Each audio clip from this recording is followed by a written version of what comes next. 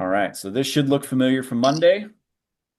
This is my rough and ready guide to developing strength. A couple semesters of exercise science crammed into a semi-sophisticated chart that looks like a child drew it. The horizontal lines represent the three main ways that you can build strength: tempo, load or weight or pressure, and direction, which is mainly broken down into eccentric, going down, lengthening, as in the muscles and the tendons are lengthening, and then concentric, shortening, going back up. That's about it. That's pretty much strength development in a nutshell. So, in terms of safety, that's the left end, slow, light, eccentric. In terms of maximal development of athletic quality, that's the opposite end, fast, heavy, concentric. And depending on where you are on these spectrums, your body adapts primarily one type of tissue over another. So how you use these scales determines what you're working on and how. Over here on the far left, the slow light eccentric side, we've got neurofascia, your nerves and your fascia. We're trying to reduce pain, restore balance and coordination, and regain control over misfiring muscle chains. Like, for example, when most people squat, they come into this program, when they squat, their butts don't turn on. It's the damnedest thing. They've got floppy butts in a squat, which is a butt-driven mechanic, but we see it all the time. This is neurofascial work, and the slow light eccentric gives you the right pace and the right load and the right direction to start remaking those connections right off the bat. And as you do it, you're lubricating the fascia and breaking through all the different little knots and scar tissue buildups and all the little weird little spaces. You feel them crack, pop, slip. You hear crepitus as you're moving through them. That's your fascia reorganizing in real time.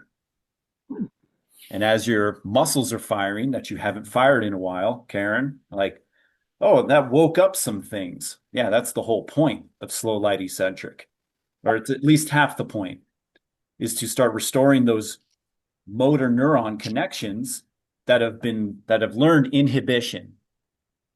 They have learned guarding. They have learned, oh, I'm traumatized from a previous injury. We're not moving there anymore.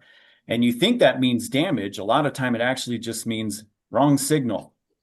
So you move slow, light, and eccentric, and you can start turning those signals from off to on again. As you do that, you generate fatigue, lubricates the neurofascia, rebalances the whole system. That's the gift of slow light eccentric, but that's hardly where it stops. You also have actual damage. You also have thinning tendons, Swiss cheese ligaments, torn up menisci, thinned out, worn out cartilage. You also have muscle atrophy because those joint tissues are so weak that you've once again learned that inhibition that takes away the load that life is supposed to put on you in order to maintain your muscle mass. So what do? You can go a little bit faster, you can go a little bit heavier, and you can shift your focus from eccentric over to concentric to actually enter the hypertrophic zone. Hypertrophic is the fancy word for growing new tissue. You can do all the slow light eccentric work you want and do tons of great neurofascial work, but you will never fill in the holes in your tendons and ligaments. You will never rethicken and fill in a tear on a meniscus, and you will never pump your muscles back up unless you start going down the spectrum. And the first one to be is the most important one, or sorry, the first most important one to start working on is loading, weight, heavier, make it heavier first. Once you can sustain enough heavy weight to create a hypertrophic signal, and you'll know that as your strength improves, then you can start making a little bit faster or applying more concentric focus direction. This increases the force alongside the weight that you're generating in your movements, and that increases the hypertrophic signal. But the safest way to start that is to continue going slow and focusing eccentric and just make that heavier and heavier and heavier and heavier. And if you make it heavy enough, you'll push yourself into the hypertrophic zone where you're actually creating new tissue. You're not really creating new tissue over at slight low eccentric. You're working out the kinks. Once you've got enough kinks worked out, then you have to start making them heavier. Same movements, just heavier if you want to start filling in the gaps. Work out the kinks, fill in the gaps. And then you're still not done. If you want to go past normal function and filling in all of your damage and into the realm of athletics, now you really start having to push it into much faster, much heavier, and much more concentrically focused. Muscle shortening, that's explosive, upward movement. That's how we sprint. That's how we jump. The eccentric is how we land, receiving force.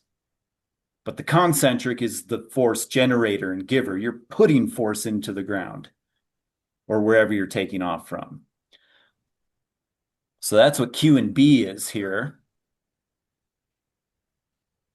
This represents quality of movement. That's speed, that's power, that's agility. That's the upper end, high level Ferrari stuff, right? This is where we're translating our newly balanced neurofascia and our better firing motor chains and our filled in gaps in muscle and connective tissue atrophy. We're taking all of that strength that we've built, that progress, and we're translating it into higher order movement. The only way to do that is to move it faster or much heavier, or switch over to a pure concentric focus, a more pure concentric focus. And then we've got B over here. This is our final tissue class, bone. You can remodel neurofascia. You can create new connective tissue and muscle. But the only way you're going to undergo osteogenesis, which is the creation of new bone tissue, is to, again, start pushing the far ends of these scales, especially heavy first. Out at close to your maximal weight bearing or moving capacity is where you can generate the signal for osteogenesis. So when people come to me with osteoporosis, which happens all the time, and ask me, what can we do? Tell them the same thing I tell the rest of you. We're going to start you slow, light, eccentric to get your movements under control. And then we're going to start trying to load it heavier and heavier and heavier, because bearing heavy loads is the only thing that creates new bone. Other than some incredible medicines that are coming out that actually do seem to assist in this process, but they can't fully replace it unless you just want to be on pills for the rest of your life. If you want to keep that increased bone mass via medication, you have to start applying heavy loads to it.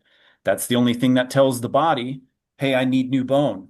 Our body is mechanosensitive, meaning it responds to its mechanical environment. If its mechanical environment is never made to bear heavy weight, it does not need all this bone. It'll put resources into other things.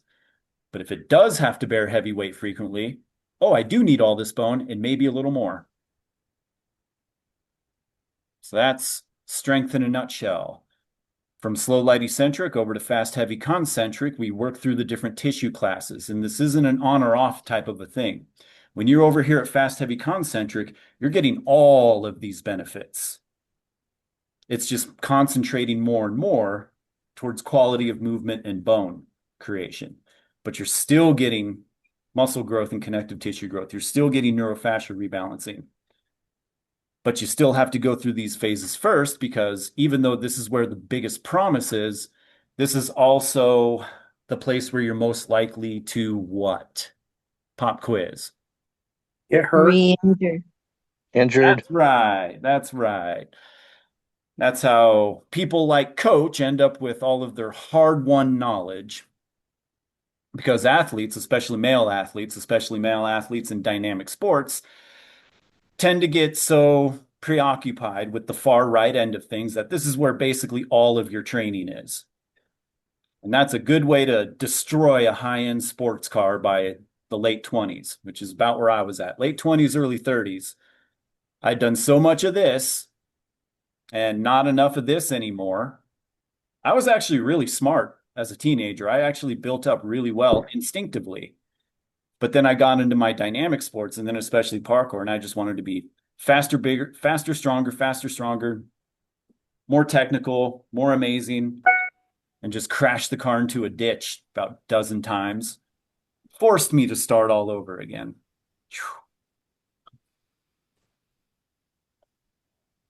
But I'm also never going to stop being over here.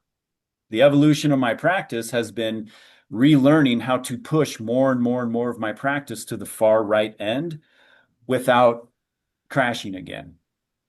And that means I always have to be doing these. These are still a constant, but can I get to a place where this starts to predominate again? And how long can I keep it there before the next breakdown? That's the game I'm playing now. I'm happy to report I'm doing pretty good. Haven't had a crash in a while.